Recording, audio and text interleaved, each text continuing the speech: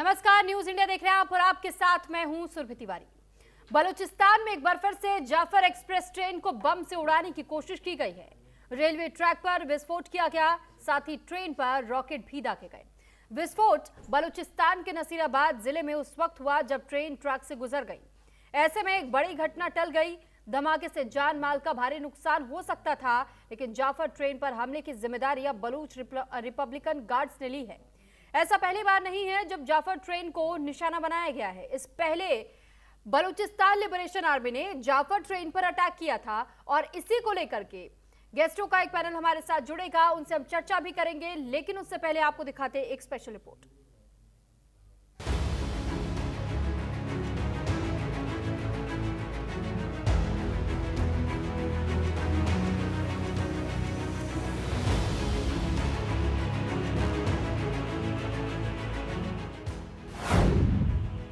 बलोचों ने मुनीर को ललकारा, फिर जाफर एक्सप्रेस निशाना। धुआं धुआं रेलवे ट्रैक, बम रॉकेट से अटैक।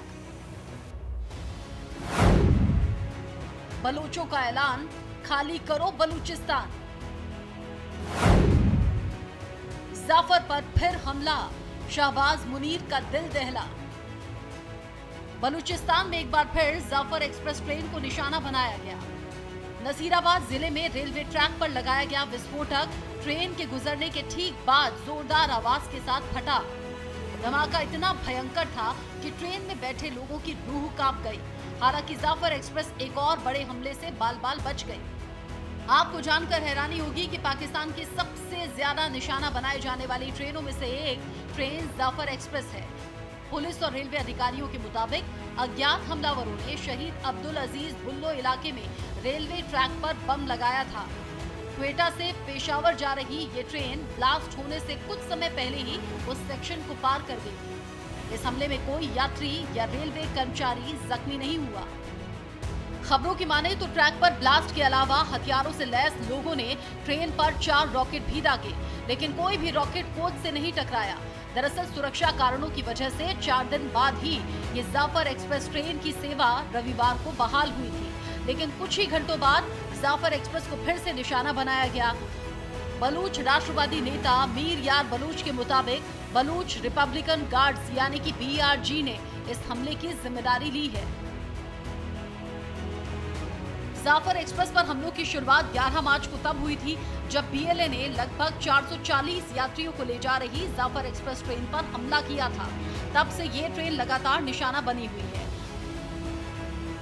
18 जून को भी जैकोबाबाद के पास एक रिमोट नियंत्रित विस्फोट किया गया था, जिसके बाद 4 बोगियां पटरी से उतर गई थी। 29 अक्टूबर को भी नसीराबाद जिले के नोटल इलाके में जाफर एक्सप्रेस पर रॉकेट हमला हुआ था। इस दौरान भी ट्रेन को रॉकेट के जरिए दूर से उड़ाने की कोशिश की गई थी। दरअसल जाफर एक्सप्रेस पर बार बार हमला करके बलोच लड़ाके पाकिस्तान के हुक्मरानों शहबाज और मुनीर को साफ साफ संदेश दे रहे हैं कि पाकिस्तान की कोई भी सेवा बलूचिस्तान से होकर ना गुजरे। बलूचिस्तान में मुनीर और शहबाज के खिलाफ खुलेआम विद्रोह हो रहा है। लाख कोशिशों के बावजूद बलोचों के खिलाफ मुनीर कुछ कर नहीं पा रहे हैं। इसके उलट बलोच लड़ाके आए दिन मुनीर की सेना शहबाज के सिस्टम की धज्जियां उड़ा रहे हैं। Bureau report, news India.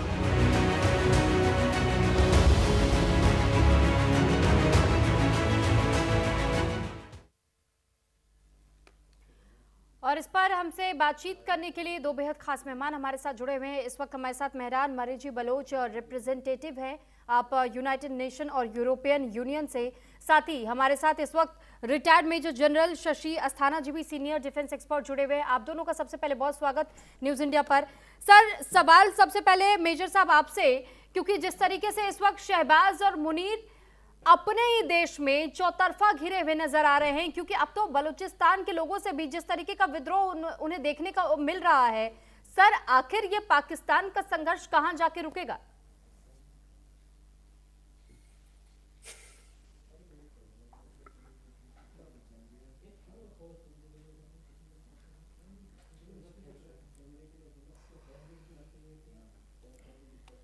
तो हम अपने मेहमानों के पास लौटेंगे, लेकिन फिलहाल ये जानकारी आपको दे दें कि देखिए, पाकिस्तान में क्वेटा से पेशावर जा रही जाफर एक्सप्रेस पर फिर से हमला हुआ। जाफर एक्सप्रेस पर यह हमला सीबी जिले के पास नसीराबाद इलाके में हुआ और इस बार आईडी ब्लास्ट में जाफर एक्सप्रेस की कई बोगियां पटरी से उतर गई थी और इस हमले की जिम्मेदारी बलूच रिपब्लिकन गार्ड्स की ओर से ली गई। हालांकि उन्होंने दावा किया है कि इस हमले में कोई पाकिस्तानी सैनिक की मौत नहीं हुई है और साथ ही साथ ये कहा गया है कि किसी को जान माल का कोई नुकसान नहीं हुआ है।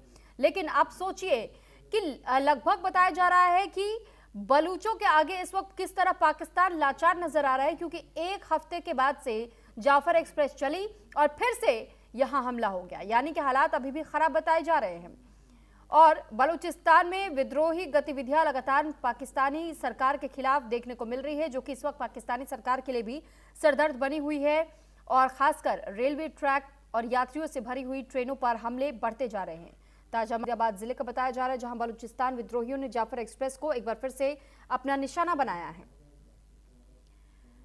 और इसके साथ ही ट्रैक पर जिस दौरान विस्फोटक रखा हुआ था, बताया जा रहा है कि हालांकि एक बड़ी घटना होने से जरूर बच गया, लेकिन आप इससे समझ सकते हैं कि पाकिस्तानी सरकार को किस तरह चेतावनी देने की कोशिश लगातार बलोच आर्मी गुट से की जा रही है। बलोच से कई ऐसे विद्रोही गुट। एक बार फिर हमारे साथ दोनों खास मेहमान जुड़ चुके हैं और सबसे पहले मैं मेजर साहब आपका रुख कर रही हूं, क्योंकि सवाल यही है कि शहबाज और मुनीर की नींद इन दिनों उड़ी हुई नजर आती है। वो बौखलाहट, वो सिरदर्दी वो दिखाई दे रही है। सिर्फ बलूच के लोग नहीं, उनका विद्रोह नहीं, लेकिन चौतरफा इस वक्त पाकिस्तान उलझता हुआ दिखाई दे रहा है, घिरा हुआ दिखाई दे रहा है। ये स्थिति पाकिस्तान की हम इस तरह कब तक देखेंगे सर? पाकिस्तान को कब ये होश आएगा कि अब तो शायद कुछ लोगों के साथ में अपनी साठगांठ ठीक कर ले?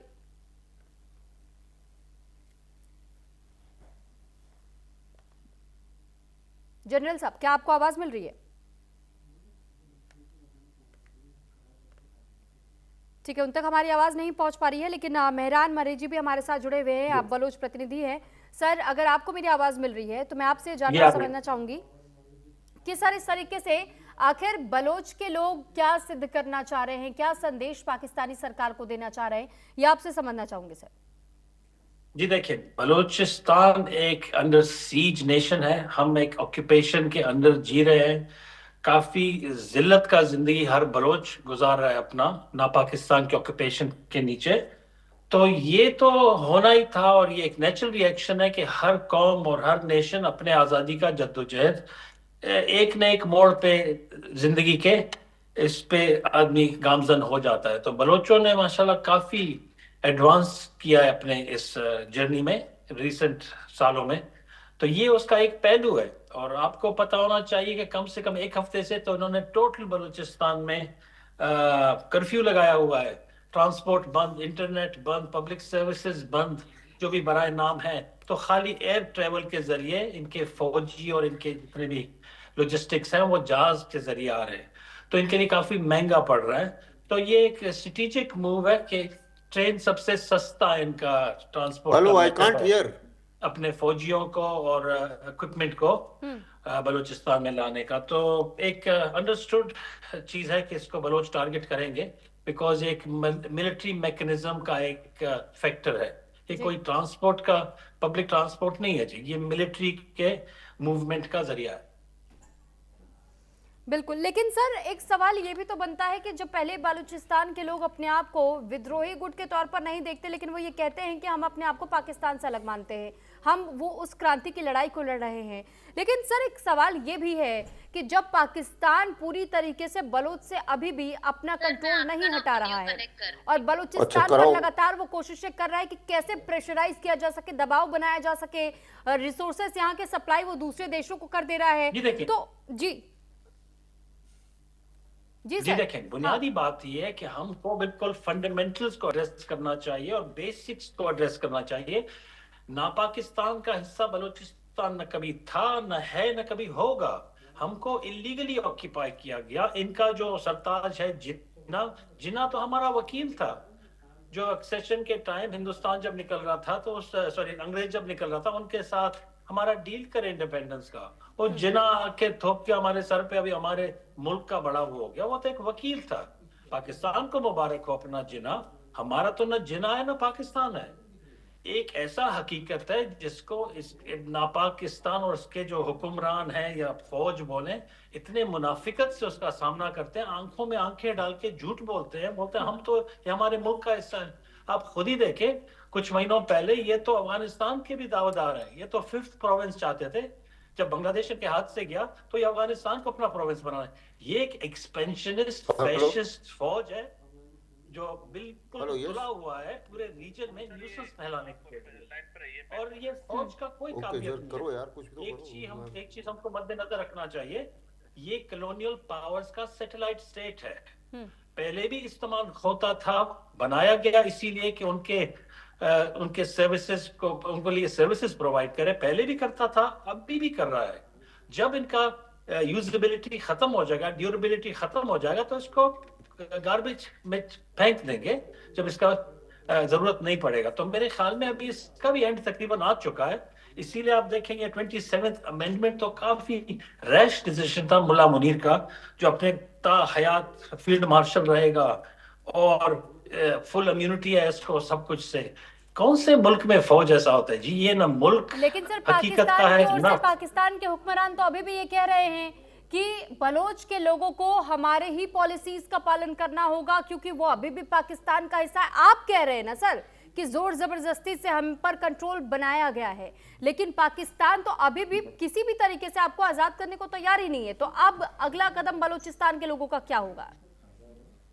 जी आप मुझे बताएं, हिस्ट्री में कौन से हुक्मरान या कौन से ऑक्यूपायर ने खुशी से आजादी किसी कौम और मुल्क को दे दिया?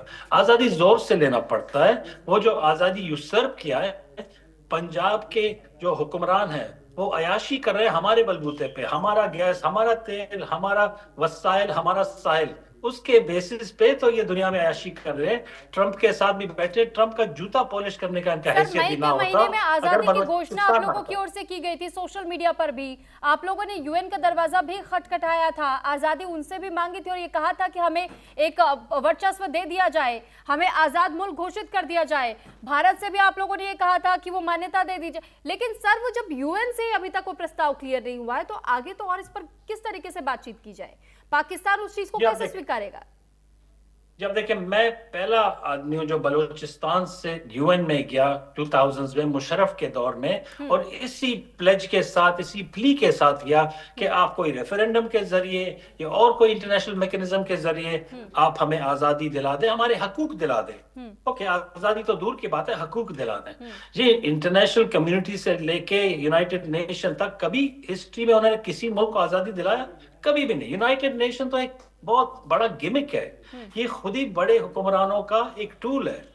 इसने किसी को आजादी खुद ही देना पड़ता है आदमी को। हिंदुस्तान ने भी खुद ही जद्दोजहद की अपने आजादी के लिए, हर कौम अपना जद्दोजहद खुद ही करता है। बलोच भी बिल्कुल केपेबल है। ठीक है, ठीक है सर, मैं अब आपके पास लौट रही हूँ। मेजर साहब, क्या आपको आवाज मिल रही है मेरी?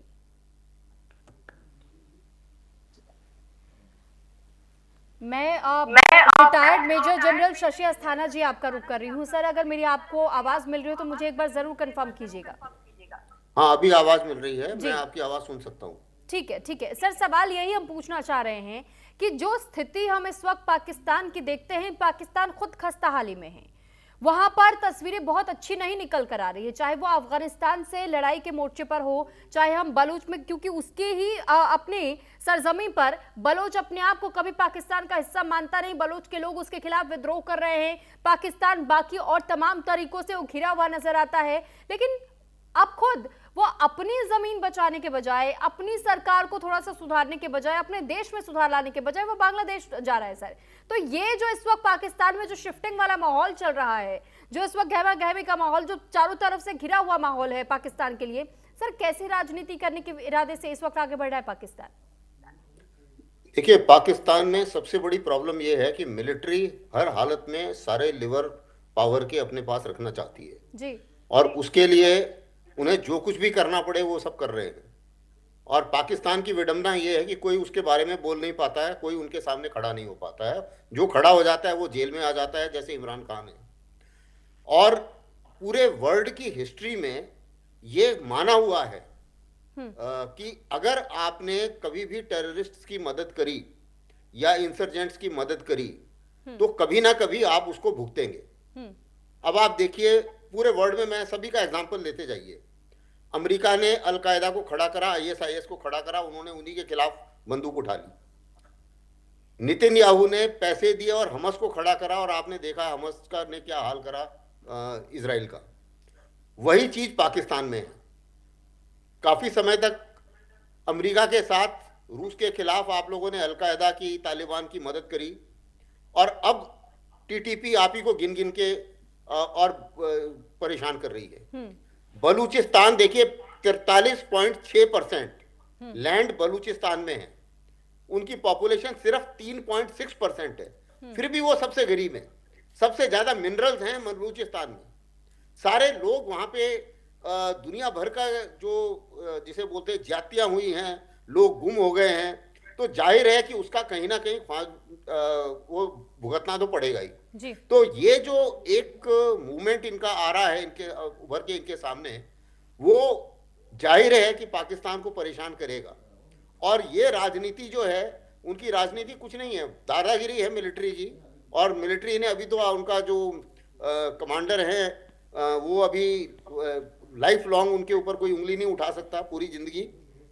तो इस किस्म की इम्यूनिटी जो है वो मेजर आज साहब, तक एक मुझे और नहीं चीज लगता हम कहीं पर देखते भी है। हैं कि आसिम मुनीर अपने आप को बार बार प्रमोट कर देते हैं, और इसके लिए वहां की जो सरकार है, वहां की जो जनता है, वो भी इस बात को बहुत आसानी से स्वीकार भी लेती है। तो ये सर अपने आप को ये तमाम फेलियर्स का गिफ्ट दे रहे हैं आसिम मुनीर? बिल्कुल। अभी सवाल ये है कि पाकिस्तान में कोई मुंह नहीं खोल पाता। उन सब ने देखा है कि जो मौलाना मसूद अजहर की पूरी फैमिली तबाह हो गई इस हमले में। भारत में उन्होंने दुनिया भर की फायरिंग करी, एक खरोंच नहीं आई किसी को। और उसको ये बोल दिया जी हम तो जीत रहे हैं, हमने तो बहुत कुछ कर दिया, हमने पता नहीं ये बिगाड़ दिया, वो कर दिया, पता नहीं हिंदुस्तान का। उनको ये भी नहीं पता कि भारत की टेक्नोलॉजी इतनी बढ़ गई है कि आज की डेट में हमारे जो हमने हर एयरक्राफ्ट का एक डिकॉय बनाया हुआ है। डिकॉय यानी कि एक नकली ड्रोन है जो एयरक्राफ्ट को जाहिर करता है। वो 5-6 नकली ड्रोन मार करके वो अपने आप को चीफ वो भी बना दिया उन्होंने, फील्ड मार्शल जी।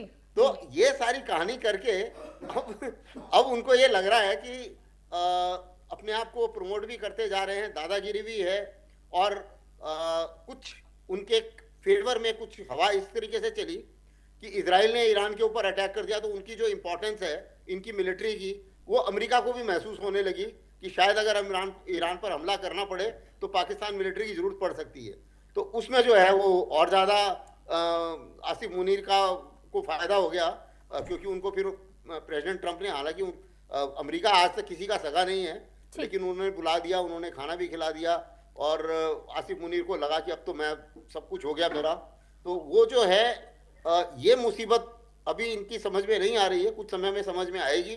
अवाम तो परेशान होगी होगी, इसमें हमें कोई शक नहीं है, लेकिन ये है कि वो रोक नहीं पाएंगे अभी। ये ज़ियाउल हक का जो टाइम था, ये ज़ियाउल हक नंबर 2 बन रहे हैं आसिफ मुनीर। ठीक है सर, लौट रही हूँ मैं आपके पास। मेहरान जी, एक बार फिर मैं आपका रुख कर रही हूँ। सर, सवाल ये भी है कि क्या आप ये मानते हैं कि ये नैरेटिव की लड़ाई सबसे ज़्यादा इस वक्त हावी हो रही है हर ओर, क्योंकि आप लोग लगातार संघर्ष कर रहे हैं, लेकिन ये संघर्ष कब तक चलेगा सर? नैरेटिव की लड़ाई से हम देखते हैं कि अभी भी वो सिर्फ संघर्ष की स्थिति है, लेकिन इसका आउटकम क्या निकल रहा है सर? जमीनी स्तर पर बलोच के लोग विद्रोह कर रहे हैं, पाकिस्तानी आर्मियों पर अटैक हो रहा है, या पाकिस्तान के जो बाकी लोग होते हैं उनसे भी जिस तरीके से लगातार आप लोगों की नाराजगियां रह रही हैं कि आखिर इस तरीके का प्रेशर पॉलिटिक्स क्यों क्रिएट किया जा रहा है, हमें दबाव में एक तरीके से कैद करके क्यों रखा जा रहा है, हमारी सरजमी पे हमें हक नहीं दिया जा रहा। सर, ये कब तक चलेगा ये संघर्ष? आखिर इसका कोई तो अंत होगा सर? जी, आपका आवाज टोटली एको कर रहा था, तो मैं 100% नहीं समझा आप क्या बोले, लेकिन मैं जवाब दूंगा।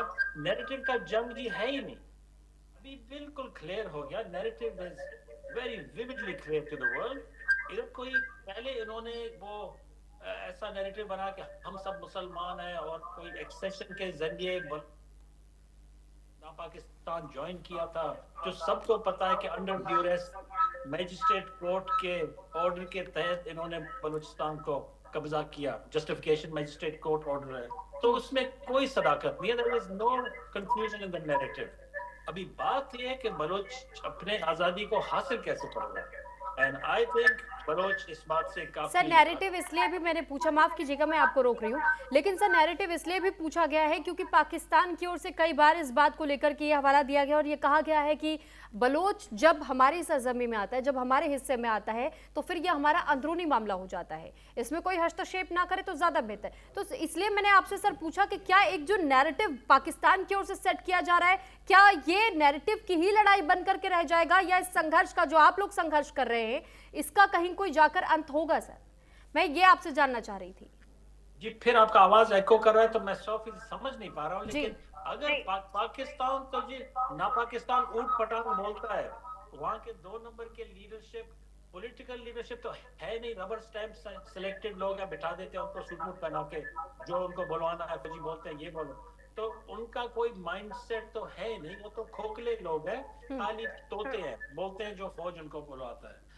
बलूचिस्तान अगर ना पाकिस्तान बोलता है बलूचिस्तान मेरा हिस्सा है, उसको तो बोलने का हक है जो भी बोले, लेकिन हकीकत भी एक चीज है दुनिया में, दुनिया तो अंधा गुंगा नहीं है कि नहीं समझता है, हम पे फोर्सेबल एनेक्सेशन हुआ है ना पाकिस्तान का, वो भले हमके बोला हम कोई प्रोविंस है या ठीक है मेहरान जी, मैं लौट रही हूँ आपके पास क्योंकि ऑडियो में कुछ शायद ग्लिच आ रहा है, उसको ठीक करवा रहे हैं हम। मैं एक बार फिर से जनरल साहब मैं आपका रुख करना चाहती हूँ।